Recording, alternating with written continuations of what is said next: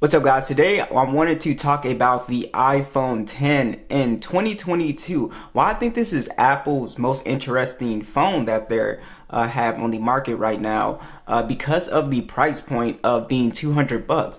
So it's kind of comparable to an iPhone 10R or an iPhone SE 2020, or even the newer SE, because it kind of fits in that budget price point. But the reason why I like this phone so much is because I think it just has a lot of qualities to it that I think will appeal to a lot of people. But just to do a price check, we can see cheapest on Amazon, 225. eBay is really not that far off. You can find one for around 190. So I think this is Apple's cheapest and really most balanced iPhone as far as performance and quality. So I think one of my favorite things about this phone over the 10R and the SE is that this phone does have just a better design, in my opinion. It just has a more classier look to it. It's a full glass and metal design here, and it just still looks really good, really solid in 2022. I just really like the look. I think it looks better than the 10R and the SE. Also, I do want to go ahead and mention one of my favorite things about this phone is definitely the display. So with the iPhone 10R and the iPhone SE, those displays have IPS panel. The iPhone 10 actually has an OLED display, and you could definitely tell the difference. So this phone, it is a 1080p display, and the 10R and SE, those are 720p displays, and this is 458 for the PPI.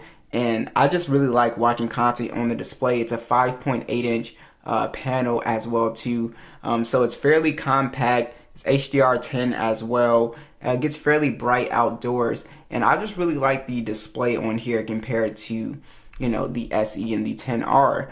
So that is one thing that you should definitely take into consideration. If you're somebody that watches a lot of content, I think you appreciate the OLED and HDR10 plus being able to watch videos in 1080p, right? Besides that, it's a really nice display. And I have no issues with it at all. And you get a more bezel-less experience, especially compared to the iPhone SE. For sure, it's a little bit more modern, looks like a more modern iPhone. So the display is one of my favorite things. It's like one of my main selling points with this phone. Now, I do want to go ahead and talk about performance. So with the iPhone 10, you are rocking the Apple A11 chip. Now, surprisingly, this phone is still pretty fast, but I noticed not as snappy as that A12 chip. It's not as fast as the iPhone 10R or 10s. But it's not like it's laggy or anything like that. It's still relatively smooth when bouncing in and out of applications and stuff like that. So I actually don't have a problem with performance on here. I just noticed that it's just not as fast as those phones. Now, this phone is running the iOS 15. I really see this phone getting iOS 16, 17, and maybe even 18. You guys got to remember the iPhone 7 is actually scheduled to get iOS 16, so this should be getting software support for a very long time. Now, I also wanted to mention the gaming performance on here. So the iPhone 10 actually does a pretty good job with gaming, but it's not going to give you the high graphics. Like with the iPhone 10R and 10s and the SE, I could play at HDR Extreme. This does a pretty good job though if you're just a casual gamer or whatever. I haven't had like an issue with gaming on this device for sure. So as far as gaming performance, if you really want the best gaming performance, then you would just save that extra 50 bucks, 60 bucks, right? And then get you a 10R or a 10s. And I think you'll be a little bit happier, but the gaming performance is still pretty solid on this device. Like, I don't have an actual issue with that. So it just depends on what you're into, if you want to spend that extra money. But benchmark wise, this phone is still pretty fast, as you can see. Benchmark wise, if you compare it to some other phones, it's still pretty fast with its scores here.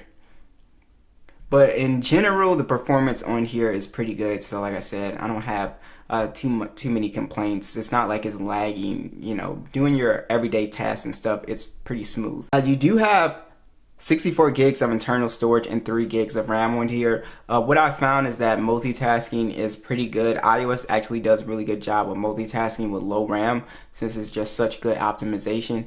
But yeah, so as far as the performance, pretty solid. Now, I do want to talk about additional features. This phone does have NFC with Apple Pay. You also have your Face ID, which works pretty well. It feels exactly the same as the new one, so nothing really new there. And also, I do want to talk about the speaker quality on here, because speaker quality is pretty good on this device here. You have dual speakers on here.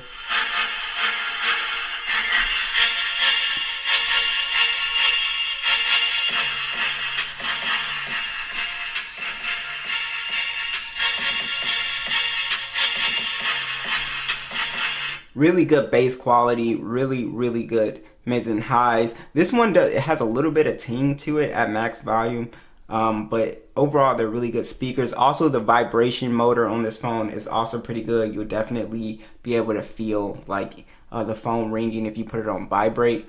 Which is really nice as well too. So overall, it's a really well packaged phone. I think for 200 bucks, I think people really sleep on this phone. Next, we need to talk about the camera. So what's good about the iPhone 10 is that you do have the dual camera setup. Now, the question that I get is the cameras on the 10R and 10S, is it noticeably better? Yes, they are. Those cameras are slightly better, and I could definitely tell. Now, when this phone is in good lighting, it takes some really good shots, but yes, I can definitely tell a little bit from like the 10R and the 10S and the newer phones. But in general, like I said, in good lighting, you get some really good shots with the iPhone 10 for sure here. So it's not a bad camera at all, and the video is actually really solid on here as well too. The specs on here, it's a 12 megapixel standard and then a 12 megapixel telephoto, which is really sweet. So if you want to do zoom shots on here without losing a ton of quality, you can do that, unlike the SE and the 10R. It also shoots in 4K, 24, 30, and 60 with a 7 megapixel selfie that also shoots in 1080p. So image quality wise, I think it's still really good in good lighting. If you take it out of good lighting, the images do get a little bit grainy and stuff like that. But in general, it's a really good camera, I think, for the average person. Now, lastly, the battery life is really dependent on your battery health. So the battery health on mine is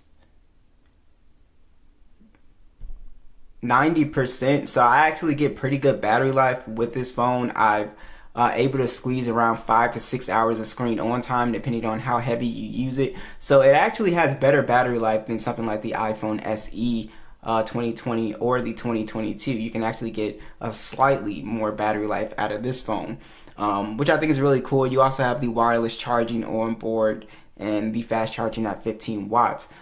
So overall, the iPhone 10 is a pretty solid phone. I think the main attraction with this phone is screen, the telephoto lens on here definitely, and I think the build quality is just much better than an SE in my opinion. I just think it looks better. But what do you guys think? Be sure to let me know, and I'll catch you guys in the next